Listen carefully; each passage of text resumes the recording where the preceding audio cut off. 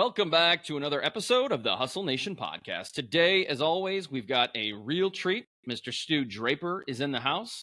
Stu is founder and board member at Stukent and Chairman CMO at Potup. Also, author, educator, angel investor. What else is there, Stu? Oh, I'm a dad of 4 beautiful kids and a happy husband. Welcome to the show. Thank you for being here. Excited for the conversation. Tell our listeners a little bit about your journey and how you got to where you are now. You've had your hands into a lot of different things, from academia to podcasting now, writing. Tell us about the story. Yeah. I would say the journey as far as career goes stems back to a 2-year mission I did for my church in Argentina. One of the things that gave me excitement of joining your show, Hustle Nation, was your byline that talks about crushing mediocrity. I have a vivid memory from being with one of my companions on my mission down in Argentina. We're walking the streets at night and we'd had a rough day and not a lot of success. And I just felt like we were like any other couple of missionaries out doing work. And I said, you know what, Elder? I have a deep disdain for mediocrity. Like, I don't enjoy this.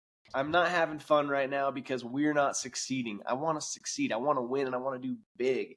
I want to help a lot of people, not a few people. We're only helping a few people right now, and I'm sure I could go way further back in life and point to other things where I realized I just don't like to be average. Sports in high school, baseball and wrestling definitely helped with that. But I would say that's where the genesis, like, where I decided I wanted to go do big things with my career. That led to my desire for big in my career. And so I had 3 mega failures young in my career. First, I tried used car sales. The lot had like 30 cars on it. It had about 3 people per day, and there were 3 salespeople coming to the lot. There's three visitors coming to the lot, potential customers. So I got 1 try a day at selling a car. I had 4 cars that were like the kind of car the person wanted. It just didn't work, right? I got fired like 2 months later. They fired me rather than say, hey, by the way, like, our business is failing. This isn't going to work out. They closed their doors like a month later, but they had the guts to fire me. I can't believe that looking back on it. But at the time, dude, I took it so personal. I tried summer sales down in Southern California, selling alarms, knocking doors. One of the hardest things I've ever done in my life. I stunk at it. Barely broke even on the whole summer. I have had friends go make tens of thousands of dollars in 3 months. Me, no, not so much. And then I got my first job out of college selling property management software. All these things ended up helping me in my career. But, dude, I got the job in June. I start really winning, and the summer's great. Get to the end of summer, they like, hey, you're our guy. You're going to be our leader soon. And go through fall, I'm still doing the best. And then this is 2008. It's a funded startup, and they pulled 16 of us in a room and said, hey, we know you didn't get your paychecks today. We don't have a way to hit payroll this month, and you can all go home. And so my third job, my poor wife is going, oh my gosh, like, we already made a baby together. Yeah. That's like the start of my career. It was really hot. I definitely was wearing sunglasses. My future was bright. And at the time, I had kind of started moonlighting, helping my brother-in-law do Google ads for his dental practice. Guy had 3 record-breaking months of new patients from my work there. And so rather than look for another job where I could get fired for a 4th time, I went ahead and I just started helping dentists with their Google ads. And I fell into entrepreneurship super young, too young. I wish now, looking back, that I had had a little more experience watching other leaders, watching other managers. But it was the life for me. And I bootstrapped Get Found First, learned a lot from the experience of bootstrapping.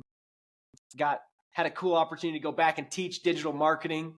Because I had been running a Google ad agency, my professor called me and said, hey, you want to come teach? And as I taught, I realized the curriculum was outdated and needed work. Looked at what other opportunities were out there and found that, not what other opportunities. I looked for what other products were out there to help professors teach digital marketing. And I found that they were all outdated. And we called these schools and asked them, what are you doing to teach digital marketing? And everything sounded awful. And I would say at the end, hey, if we built XYZ for you, would you be interested in that? And, you know, in 2013, Google's been around making billions for a decade now, right? Yep. And 40% of business schools still weren't teaching their kids digital marketing.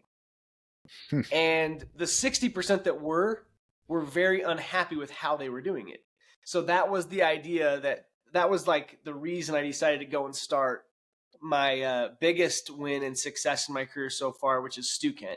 Stukent's an ed tech company, grew it from 2013 through 2024. And then in February of this year, I stepped away from that business. So that's my, I tried to make that short and sweet, Chris. That's a long answer to your question, but hopefully it gives people a feel for like the genesis of myself as an entrepreneur, and it helps people see that, oh, if you're the one that's failing, or if you're the one that's in the bootstrap small business, or if you're going and growing, I can relate to all of you.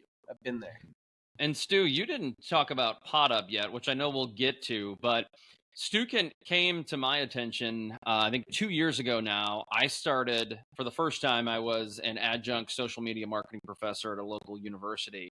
Okay. And that's when I became aware of it. And so when I was kind of building my Rolodex of podcast guests, and you can only really say that if you're over 40, by the way, and use the word Rolodex, but it came to my attention that you were not only associated, but you were the founder.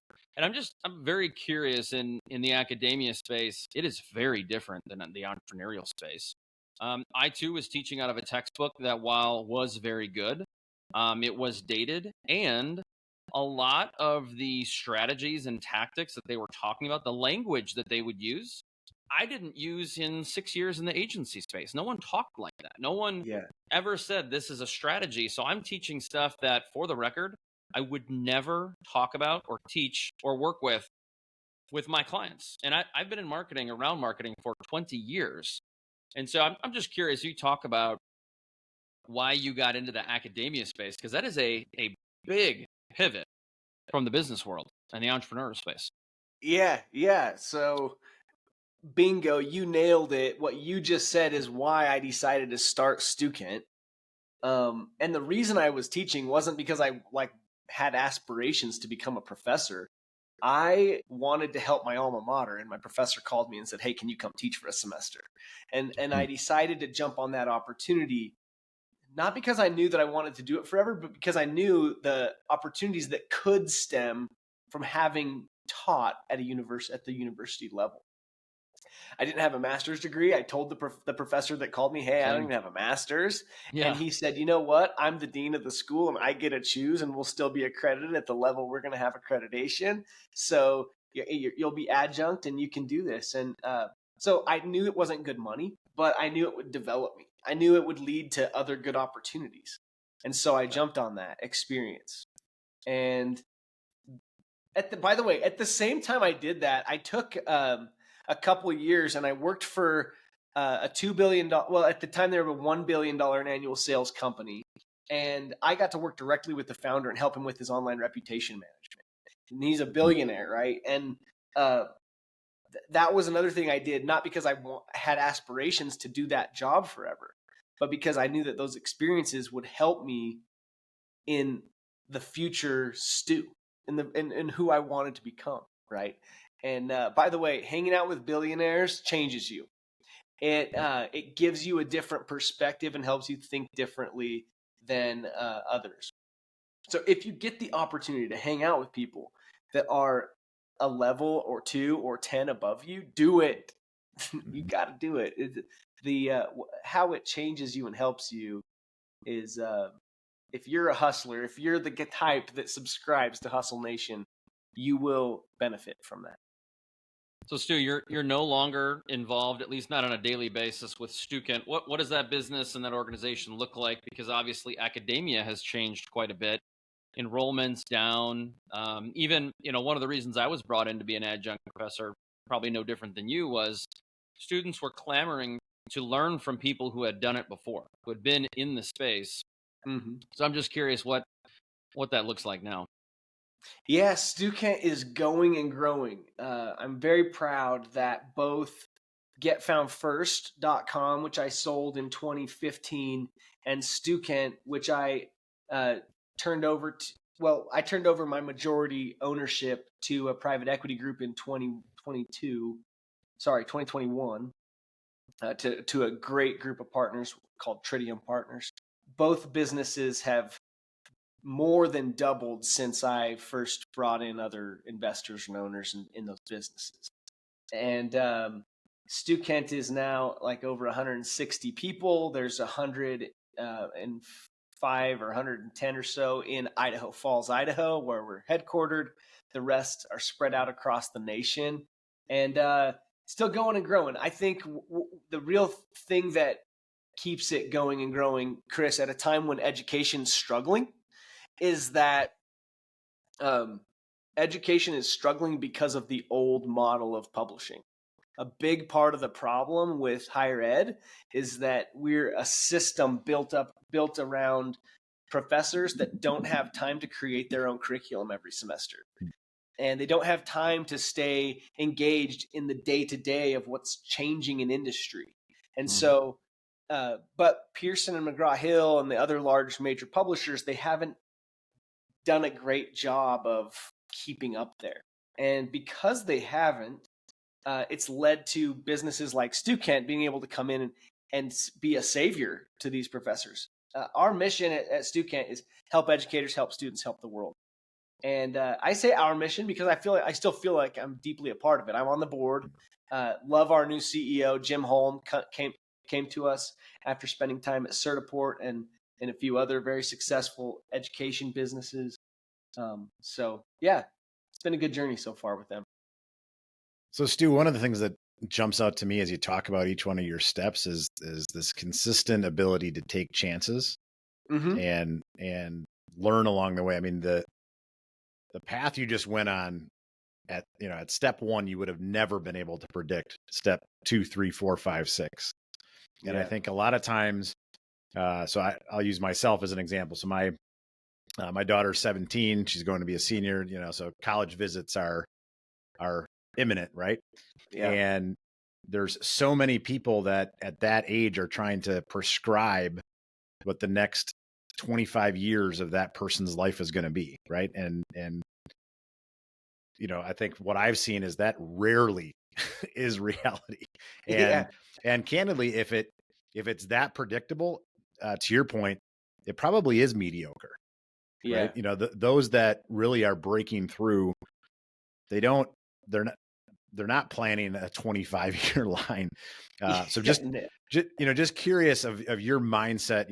You kind of joke about it of, God bless your wife for being supportive with you each step of the way, which certainly that's critical too. Absolutely. But could you share a little bit about just, what was your mindset in each one of those pieces? Because, looking back on it, it's easy to look back and say like, oh, well, this led to this, which led to this, which led to success. But at the time, I'm sure that's not how it felt. No, definitely not how it felt. And I got to comment, Dustin, I appreciate what you said about your daughter's situation at 17. If you rewind time, I'm 40 now, so 23 years ago, if you say, Stu, what do you want to do for your career? I can't tell you that I want to write a textbook about digital marketing. I literally can't tell you that. Because guess what? Digital marketing isn't a thing yet, right? And to tell you that I'm going to do Google ads for dentists and then I'm going to have this opportunity to go work for a billionaire, like you just can't have a crystal ball in life for some of those things. And I think it's really important that as parents, as educators, we have to help the rising generation understand that and embrace the unknown of it all. And go to work developing themselves, preparing themselves so that they can adjust and adapt to the new world that's going to exist for them that doesn't exist yet. So in your daughter's case, she could say today, I'm going to have a career doing prompt writing for AI. Okay. That could be a career path for her. But if we rewind time to when she was 14 or 13, she can't say that. Like she could if she had like the most futuristic dad on the planet, Dustin, and you were like, oh, I'm playing with ChatGPT version 1. I'm helping create the learning models, the language learning models. And by the way, they have been writing language learning models for a decade. Like that's been a thing. But yeah, she doesn't have a smart enough dad for that, but that's fair. Yeah. And so I think my mindset has always been, I'm going to live right, work hard, and be brave enough to jump on opportunities when they come my way. And that's what I've done. And it's blessed my life a ton. And then I've had a spouse, like you mentioned, Dustin, that supports that. That's okay with the risk of being brave. Yeah, for sure. So as you look at, the future, right? So it's an interesting time. I mean, I want to take a step back. Can you talk a little bit about the transition you went through, taking it basically a different role at Stukent, right? Because, in many ways I can only imagine, it's almost like another child with the time, energy, and effort you've put into it. The nights wondering if it's going to work, the nights wondering how we're going to make payroll, to, the growth and the challenges there. Can you just talk through, your mindset as you were kind of going through that process of saying, you know what, it's time for someone else to lead this? Yeah. First, let me step into the early part of what you said around the nights where you're wondering how you're going to make payroll kind of thing. I had 4 years of that. So in the ed tech space, when you start a business, you have to, in the higher ed space especially, you have to plan on making money in January and September, twice a year. Online schools have helped us make money year round. There is a summer semester that gives you a little bit of income, but we added 100 universities year 1, 300 some universities year 2. We're going up on 500 and 600 universities after that. So we're going and growing, and it all feels amazing, but it still wasn't enough to bridge from January to September. So I had to get creative every 4 years straight. I did that, and learned a little too late what bridge loans are, because I should have used those and given up less equity and after round 1 of financing. But you live and learn from those experiences. Knowing my situation and the scenario I was in, it was probably for the best that it all ended up how it did, and it's all good for all investors involved. But I did go through those times, and it was my baby, like you said, and my speaking of babies, I had 2 more babies from 30 to 40, or I guess maybe I only had 1 more baby from 30 to 40, but I've raised 4 kids, and my oldest went from age 6 to 17 over this last decade and a year or so, right? Mm-hmm. And so he grew up with Stukent. My second to youngest, he's 11 now. So literally his entire life was during Stukent. And so, it's like very much a big part of my life. Leaving it, the full-time day-to-day operations, was not an easy decision. But it was the right decision. And I have regrets, things that I look back and probably would have done that different. But knowing the situation, knowing where what my skill sets are, and being authentic and true to who I am and what I want to do, it was time. And so I went to the chair of the board on a Friday phone call and said, I think it's going to be time for us to look for someone new. And I'd stayed on board about 2.5 years, thinking it might be 23 years before I leave this. I could do this for a long time. But in those 2.5 years after, so many things in the business evolved, changed, improved, and outgrew what would be best for me. And so I'm very proud of what we did while I was at the helm, very proud of what's happening because of seeds we planted years ago. And it's going to be fun to watch it keep going and growing with others. And I think that's a really important thing for a founder to figure out, is how the business will run and go with or without them. And Yeah. really, frankly, if I'm telling you the truth, after year 3 or 4, there was never a year where it couldn't have gone and grown without me. Those first 4, I needed the help that I had. Don't get me wrong, early team of Stukent, if you're listening today. Yeah.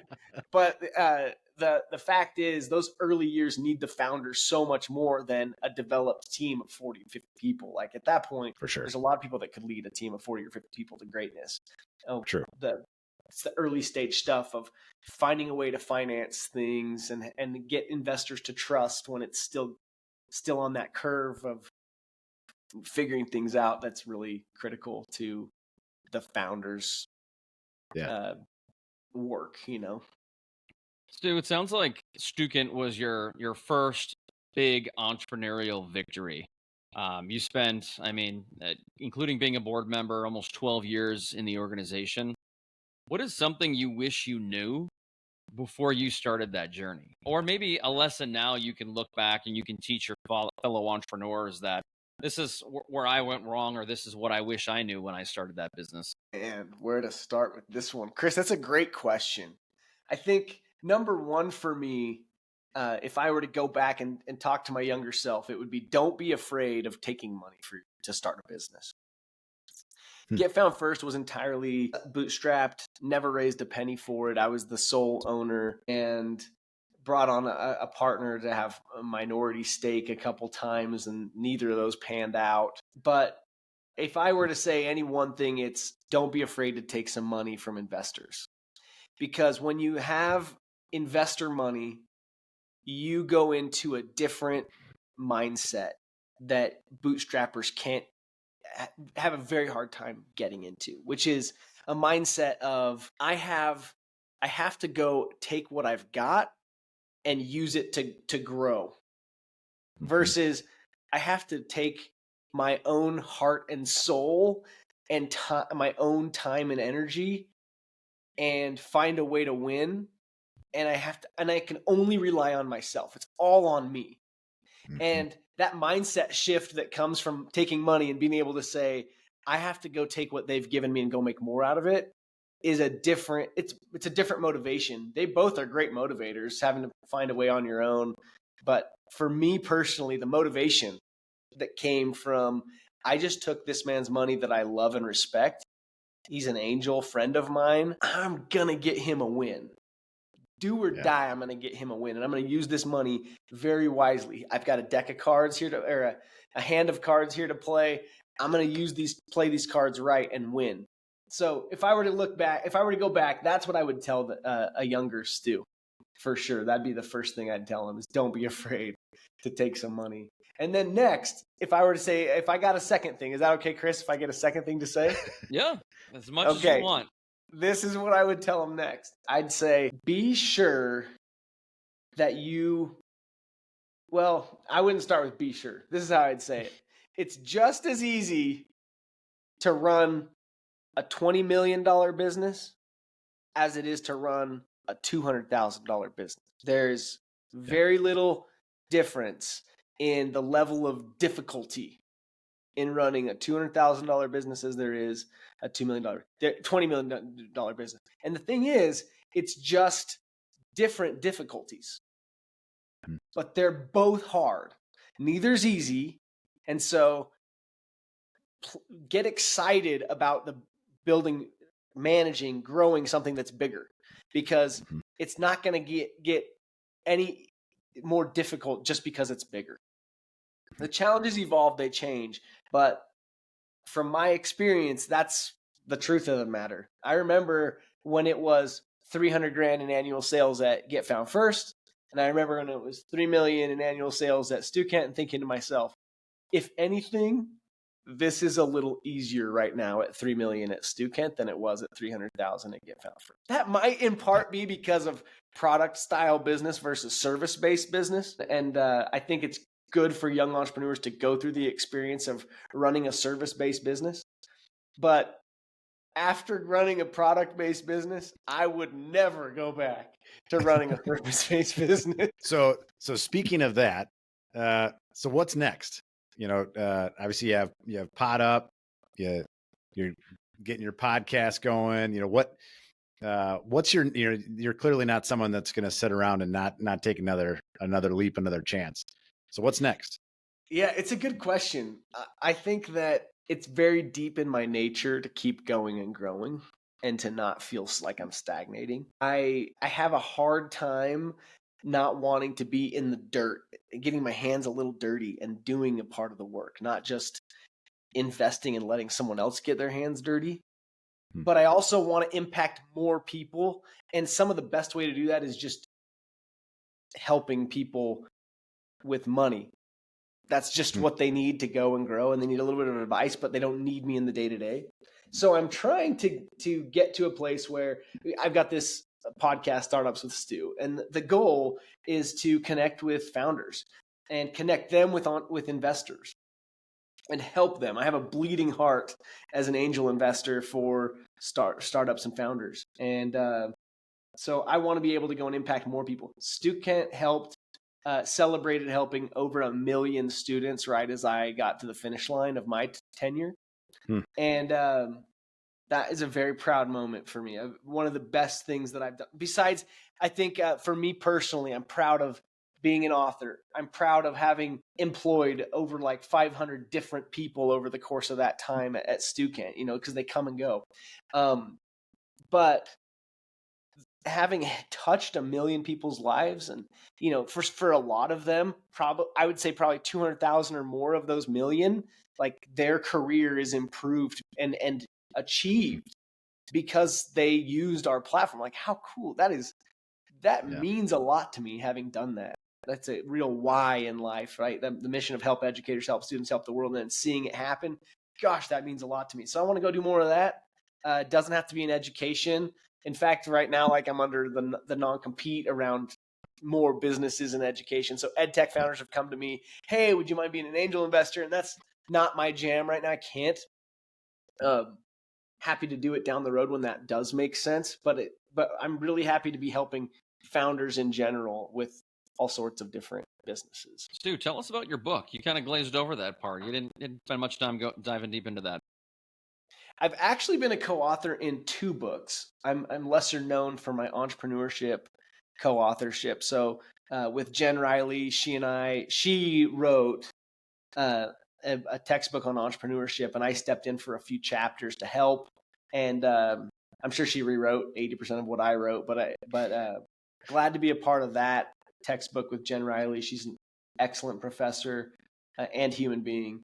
And then Jeff Larson and I co-authored Digital Marketing Essentials, and we co-authored it and then self-published it because we wanted to be able to update it twice a year so that every semester it was more current and more relevant. We found out that professors don't like that level of relevance. They are okay not with you. They don't want you changing their textbook between over the Christmas break, right? So we stopped doing twice a year updates and switched to annual. But textbook publishers have been doing the annual or the digital publishing thing for a very long time. Over 50% of Pearson's students buy digital. That's what they buy. But the problem is, just because it's digital doesn't mean they're updating it annually. They're not keeping it current. Although that's probably the greatest benefit of it being digital. And one of their problems is that they have contracts that don't allow where their authors don't have to do updates every year. Our contracts with Stukent's authors say that every year you'll write the next update for us, and your royalties are associated with doing that. So I think as entrepreneurs, if you're looking for ways to innovate, sometimes those innovations come from things that are in your contracts with your creators and things that are in your contracts with your vendors. So it doesn't always have to be something you build or do different. It might just be a simple change in the way the industry used to do their contracts. Stu, I'm curious, just with your background, in today's world, there's more information out there than ever before. Training and development is a big buzzword in a lot of companies about, how are we going to train and develop our team? Curious just what you learned being in that space for so long. one of the ways I've kind of seen this is there's, people that say like, I learn by doing, right? So by being on the job, that's how I learn. There's some that are kind of in the mentorship camp where like, hey, let me just come along with me. And then there's those that are in more of the kind of online learning or, even in-person classes, right? Of like, I'm going to learn a topic, get tested on it, right? And be taught it and things like that. And I feel like there's very few that are kind of seeing it. And there's probably other categories that I'm not thinking about, but those are kind of like the three camps that I see. And to me, it's kind of like an any and all sort of strategy as opposed to one is better than the other. Yeah. But, just curious in being in the space, like what have you seen are ways, that someone can accelerate someone's learning and growth through different mediums and things like that? Yeah. So one of the biggest innovations at Stukent is our simternships, simulated internships, where a student can study and read and get tested on what they remember from the reading, but they can also then go apply it in their simternship throughout the same semester, giving the student the chance to apply the things they were learning in the reading. And so you can see not just their ability to recollect the answer, but you can see their ability to apply the knowledge and for deeper comprehension. And that's a very powerful thing that's happening. Real world projects are another thing that Stukent does, or we've teamed up with businesses that have created like a problem or issue they're facing, and students then can go and create their plan of what they would do to solve that company's problem. And oftentimes that includes like recording the video of what they would record if they were the marketer that has to create content for that business or something. And so applied knowledge, I think, is again going to become a much bigger part of the education space. If it doesn't, then traditional education will continue to get beat up.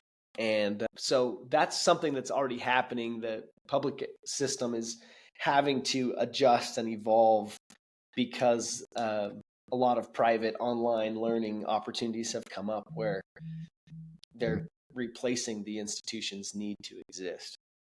By the way, I think something that will keep the higher ed institutions from failing is actually the tradition of the coming of age experience. And so continuing to deliver well on that experience. If universities do that, they will survive. The other thing they have to do right to survive is manage the sports world right. Because the tradition of going to the sporting events and getting to say, I've been a Beaver fan. I was born in my Oregon State Beavers gear, and I'm gonna go to Oregon State because I want to go be in Reser Stadium as a student, sit in the student section. Those two things will save traditional education if they evolve the other part, which is actually the education and good jobs that need to come from it.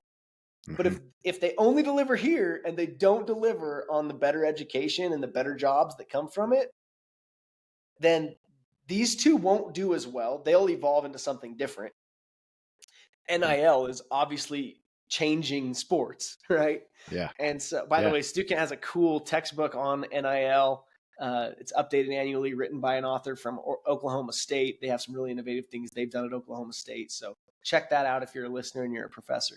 But it's going to be fun to see how all of the higher education system evolves. Chris, you're on mute. Stu, you said something that caught me as being very interesting, which is simternship. There are a lot of corporations out there, Fortune 500 or not, who are always looking for talent. And what better way to vet quality talent or to help create quality talent than put them through a simternship? Is that something that currently exists? And if so, who's doing it? It doesn't exist in that corporations are using it as a testing ground for talent. Although that's a future we envision. It'll be really fun to watch that evolve. Today, we've just stayed so focused on the low-hanging fruit of higher education, supporting the professors and building for the semester-long experience. We've talked about mini simternships where in 3 or 4 hours you can do a test run and try something. But right now we're building for like a full semester long experience, right? And we've just really tried to stay focused on giving the professor exactly what they want so they can help their students and their students can go help the world. But yeah, Chris, it's not a bad idea. It's not a bad opportunity. It's a great opportunity. So, maybe this is a workaround for your non-compete. I mean, who knows? So there's a great innovative company called Mersion Learning, Mursion. Mersion Learning does simulations that corporations are using to train their team members. So like hotels, they basically have a VR headset, and you're envisioning, you get to watch a potential hotel guest walk to the front desk, and you reply to the questions the front desk visitor has.